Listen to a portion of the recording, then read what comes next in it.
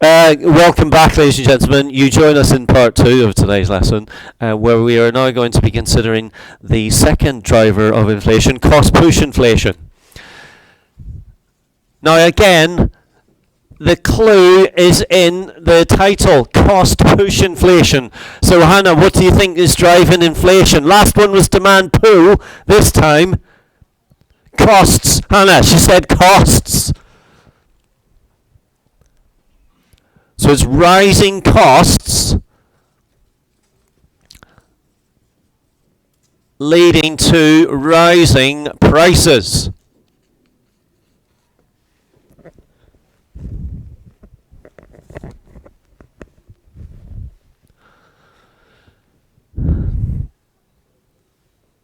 Okay, now, what sort of firms, Joe, have faced rising costs?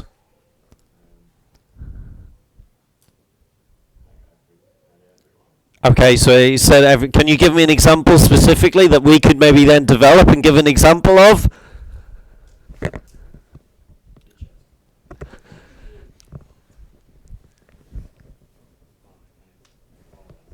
Sorry? Okay, hairdressers, barbers, very good, Joe, very good. Now, what have they had to invest in, Elliot? PPE, and Jake, what's PPE? Personal protective equipment, very good, Jake. Yes, wow, leads everywhere. Personal protective equipment. Now that puts up their costs, and then Neve, what do they, a hairdresser or a barber, what do they then do to you, the customer?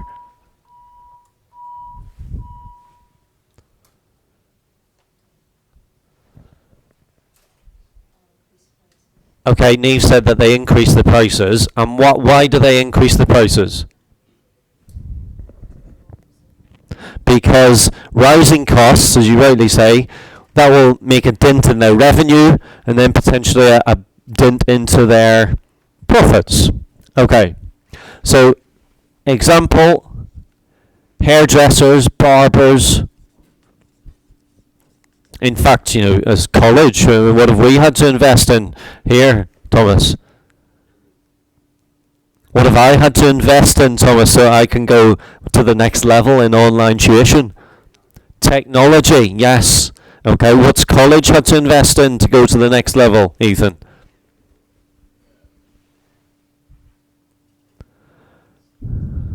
Sorry? Well, they have had to do hand sanitizer and all that jazz, but anything else? Very good, Sam, yes. They've had to invest in laptops, obviously, for all of you, so you can access the curriculum from home and access videos, etc., like the ones that we're recording at the moment. Okay, but let's get hairdressers, PPE equipment, increases their costs. So here we're saying that rising costs, they won't be borne necessarily by the firm or the producer, they're simply passed on to the consumer.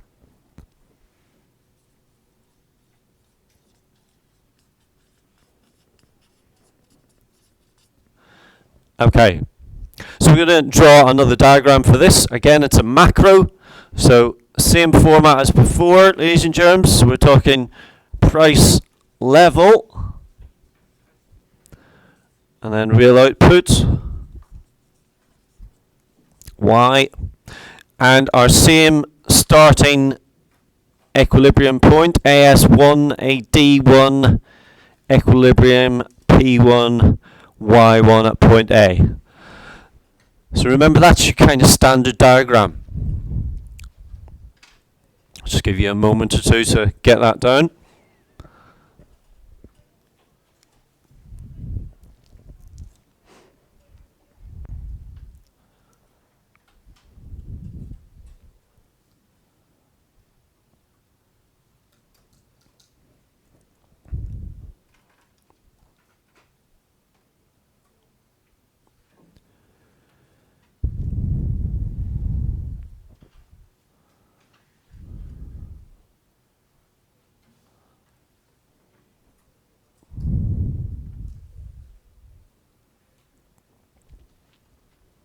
Now, in our previous diagram, Thomas, we shifted which curve?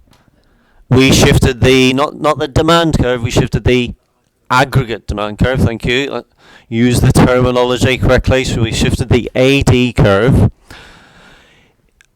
Again, if I were to draw a micro supply and demand, price, quantity sort of diagram, Johan, which of those two curves, supply or demand, shows me costs?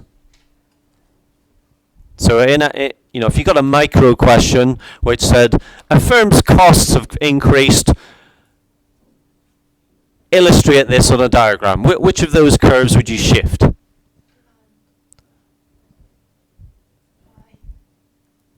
Yeah, supply. Now, it is really, really important that you learn the factors which shift the curves, okay? And costs is one of the factors which shifts supply. Not demand. Costs are shifting supply. Now, by the same token then, Jake, in the macro economy, costs will shift aggregate supply. Okay. Now, in which direction, Ethan, would we have to shift aggregate supply to show some type of inflationary effect? Some type of rising price effect? To the left. Correct. So, we're going to draw our AS curve shifting left or upwards, whichever you prefer to think of it as. So it's P2, Y2, and our equilibrium moving from A to B. So that would be our standard diagram for cost push inflation.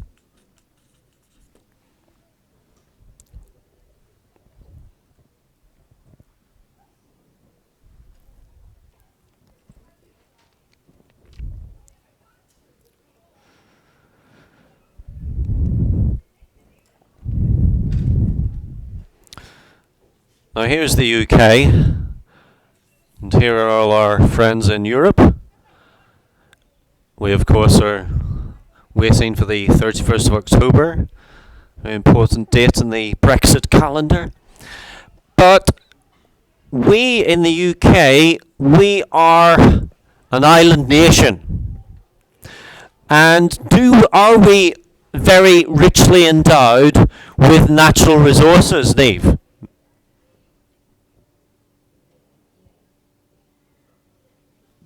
For example?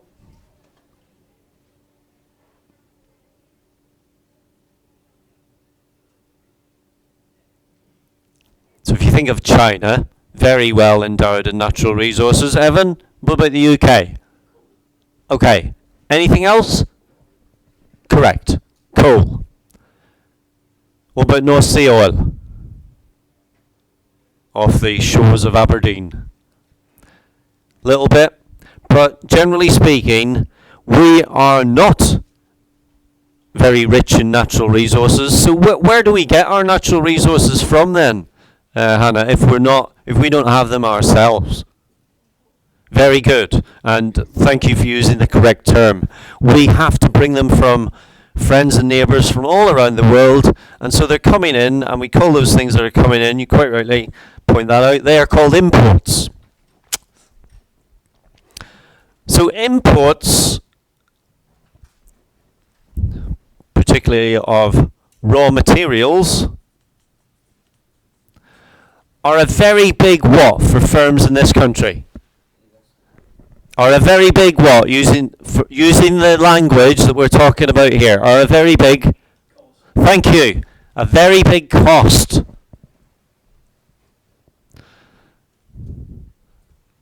So one of the ways that you could lower that cost would be, Evan, to source,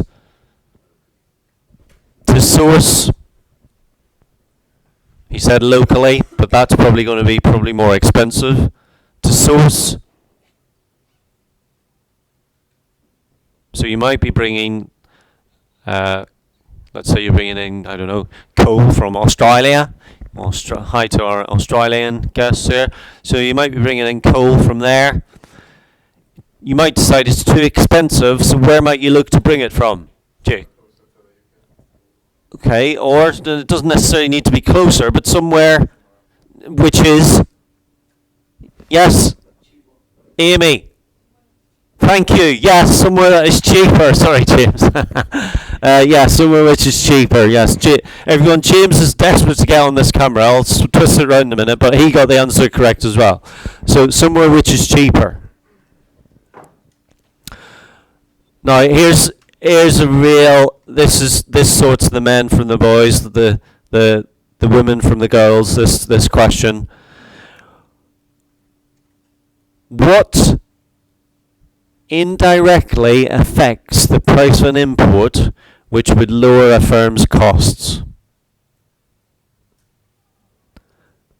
James. Is it if there's no minimum wage in China, so products are like cheaper? Okay, that is a possibility. So he's talking about wage costs in other countries, and which is of course, James, why so many things were outsourced to China and countries in Southeast Asia and so where it is cheaper. But yeah, okay, fair point, but not the one that we really need to be thinking about here.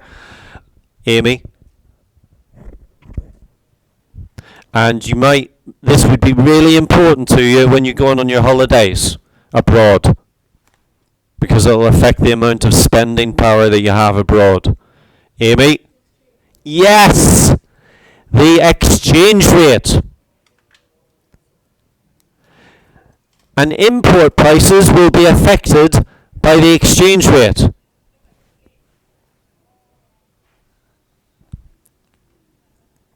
So the price of imports, which we've already said are costs, are affected by the exchange rate.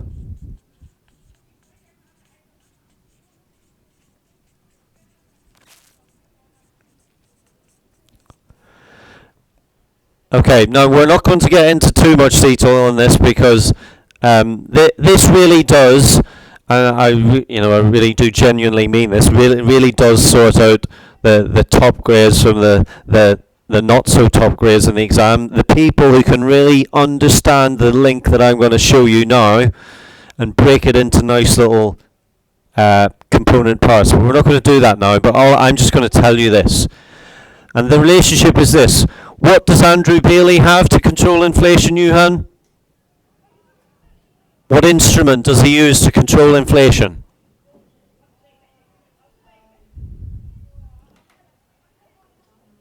Well, if you look at your notes for demand pull inflation, you'll be able to see. It's exactly the same instrument, and it doesn't matter if it's costs or demand. The base rate, thank you.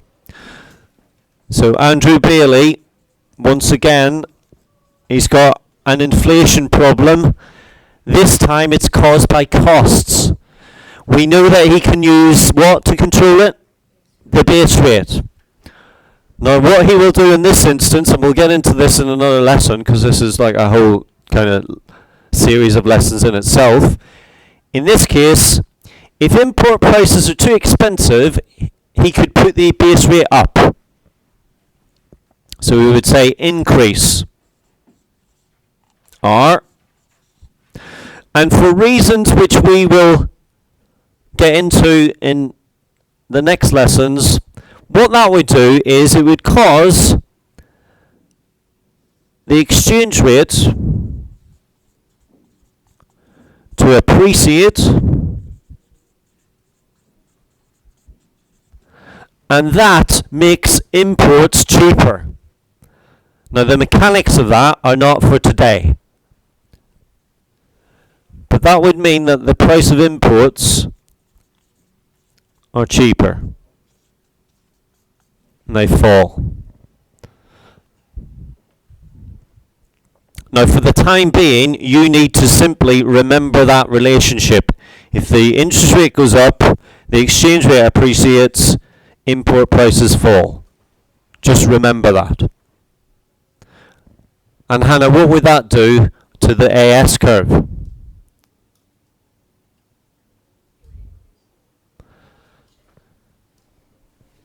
This is a measure to bring costs down. Inflation is caused by rising costs. Yes? This brings the costs down because import prices are cheaper. So what way will the curve go? It will shift to the right. Correct. Yeah? Now, what did we say was the cure? What did we say was the cure, Amy, for demand pull inflation? Do what to the base rate? Increase it. What's the cure for cost push? Right. So in both instances, the solution, the remedy, the medicine is correct.